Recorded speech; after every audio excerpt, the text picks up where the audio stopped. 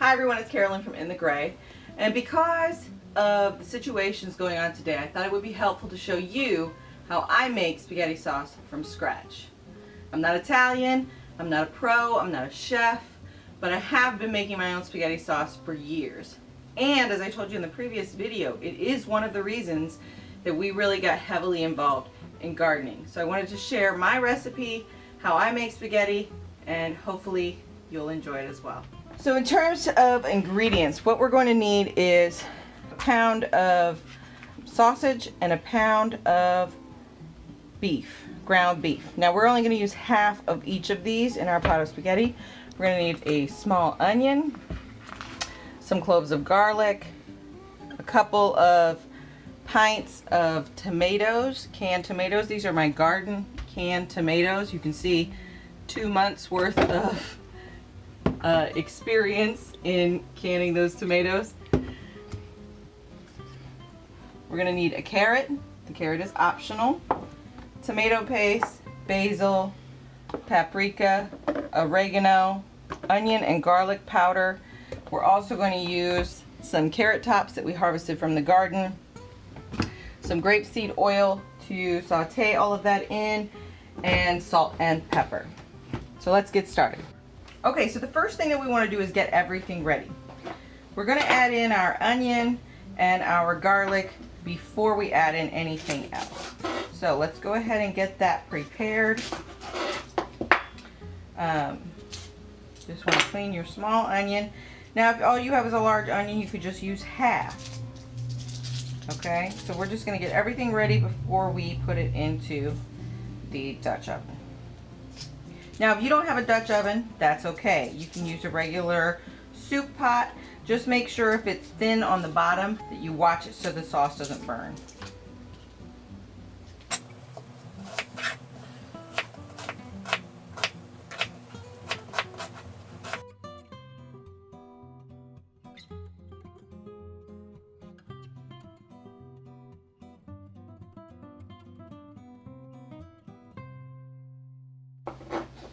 Okay, so we're just going to slice.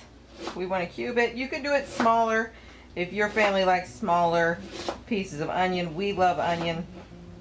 One of the aromatics makes everything taste good. So we're just going to put that in our bowl right now before we get started going. Okay, the other thing I add is a carrot. I use a carrot just to add some vegetables. Now, we are making our spaghetti sauce with sausage and with beef. And so, if you're a vegetarian or you're a vegan, obviously you would omit the sausage. You might want to kick up your spices a little bit more. But you can definitely add the carrot, and you can definitely add some frozen spinach. You can use fresh spinach also to add some nutrition in there.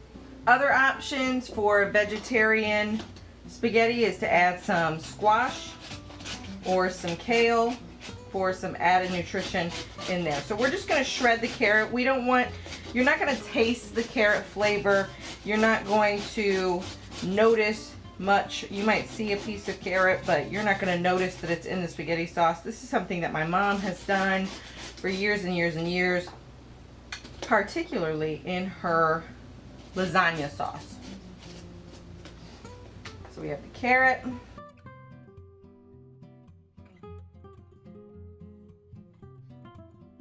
Okay, now we're going to get our garlic prepared.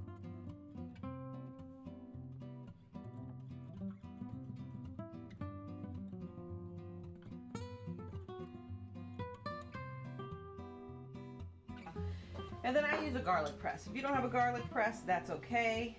You can chop the garlic or mince the garlic with a knife. It is not necessary.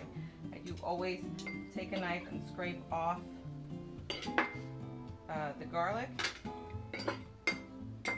Now you don't want to add your garlic at the same time as your onions because your garlic will burn much more quickly than your onion. Okay, so now we've got our plastic cutting board. I'm going to take the ground beef. So we purchase a half a beef each year, and so we buy that in bulk. So we don't need all of this, so I'm just going to go ahead, and we need roughly a half pound. I'm just going to roughly take that 1/2 pound off. Put that here into our meat bowl.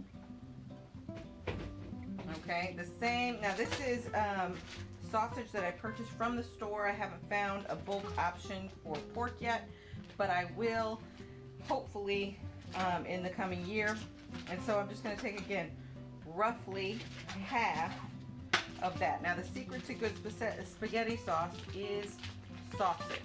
I've made it years and years with just beef, and the sausage makes a world of difference. So I think we have everything prepared. We've got our onions and carrots, we've got our sausage and our beef, and we've got our garlic, and we are ready to head over to the stove.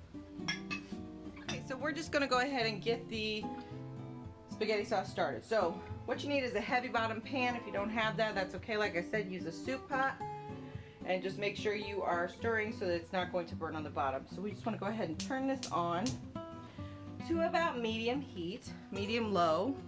We're just going to put a tiny bit, maybe a teaspoon or a teaspoon and a half of oil in the bottom. Okay, so what we're going to do is go ahead and add our onion and our carrot.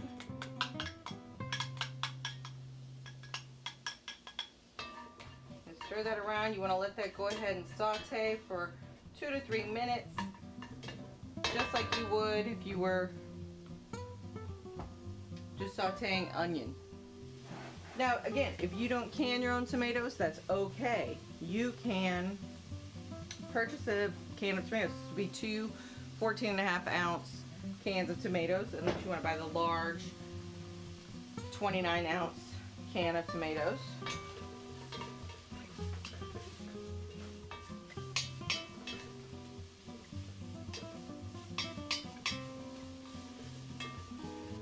Okay, so our onions and our carrots, well, our onions are fragrant. And so we're going to go ahead and add in our garlic. And this just really takes probably 30 seconds to a minute. Just go ahead and mix that in there. You'll smell it. Now I did mention before that I am using also garlic powder. The reason for that is the fresh garlic adds flavor, and the garlic powder, in my opinion, just intensifies that flavor. So that's good. We're going to go ahead and add in our meat. Now, not everyone handles meat products with their hands. I do. You can also, a really great option is to use your potato masher to break up your beef and your sausage. I don't use it. I just crumble it with my hands and then wash my hands. So I'm just going to crumble that in there a little bit at a time.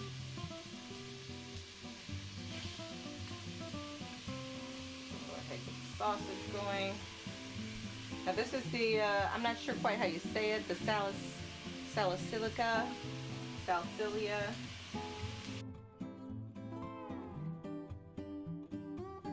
They have the sweet version, the hot version. This is the original. Okay, so we're just going to add that in. You want to move that around. The meat will release some fat. So I take this opportunity to go ahead and salt and pepper. I don't measure a lot of my spices.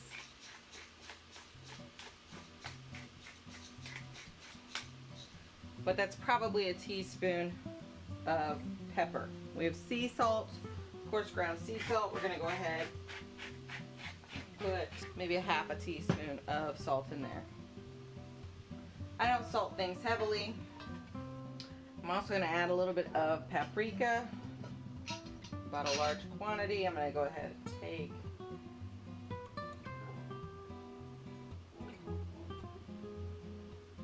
about a teaspoon of paprika, throw that in. So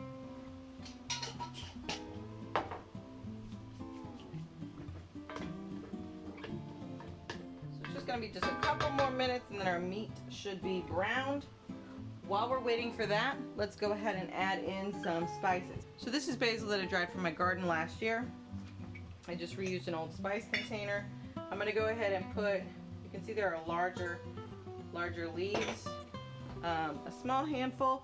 A tip with dried spices is if you crush them as you're using them, or right before you use them, it brings out a little bit more of that flavor. So we got some basil, some oregano that I dried from my garden last year.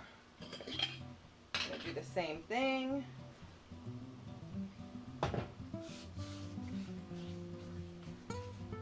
If you haven't grown any herbs, you can do so in a very small amount of space and they keep growing back. Don't be bashful about cutting from your herbs because they're going to grow back even more lush than they were before. And then here I have, earlier this month, we harvested some carrots from our garden and I went ahead and dried the carrot tops. And so those, they say, are a substitute for parsley.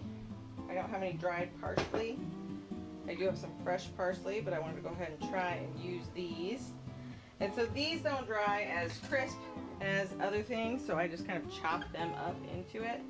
And they have a very potent flavor. So you want to make sure that if you are going to use carrot tops, you don't overdo that. Now if you don't have carrot tops, that's fine. Put in some parsley. If you don't have any parsley, put in whatever herbs and spices that you like. A lot of times they sell an Italian seasoning spice blend or herb blend at the grocery store. It's delicious. You can do that. Just want to get some seasonings in with the base.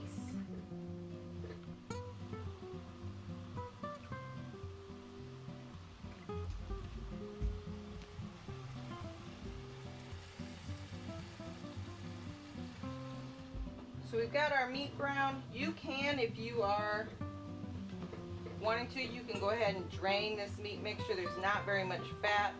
We have, like I said, we buy a half a beef. Typically that is pretty lean beef. And so we're going to leave that little fat in there for flavor. And so what we're going to do now is go ahead and open up our canned tomatoes. Get a nice seal. Go ahead and dump those in.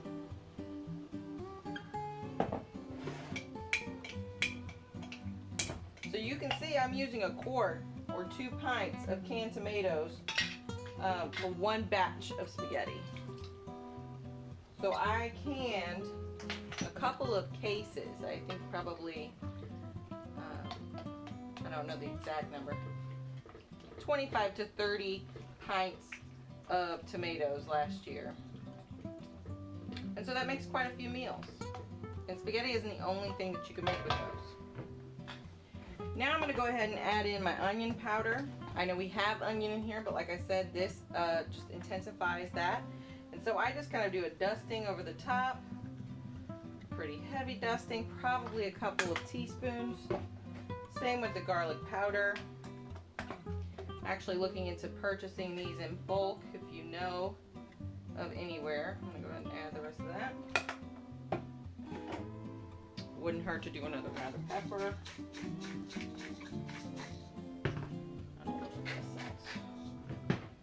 Okay, go ahead, mix that all together.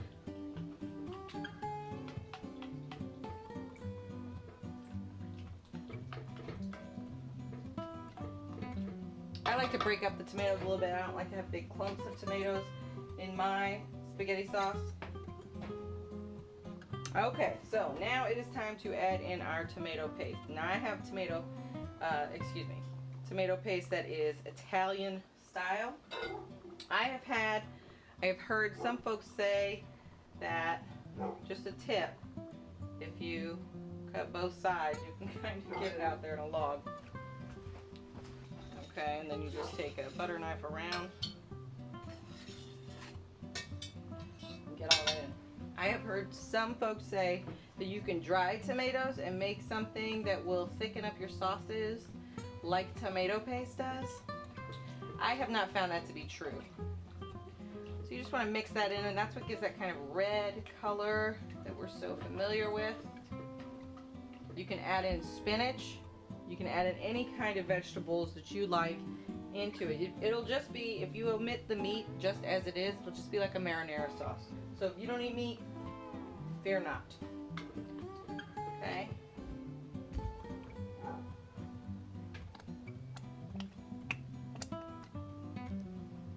Okay everyone, so that concludes our recipe for today. I encourage you to try and make your own spaghetti sauce from scratch. It only took us about 20 minutes. You can adjust it to your family's taste and include any ingredients that you like or any ingredients that I have included here today. Leave a comment down below and let us know if you try the recipe, if you like it. Don't forget to like and subscribe. Thank you for hanging out with me today, and we'll see you next time.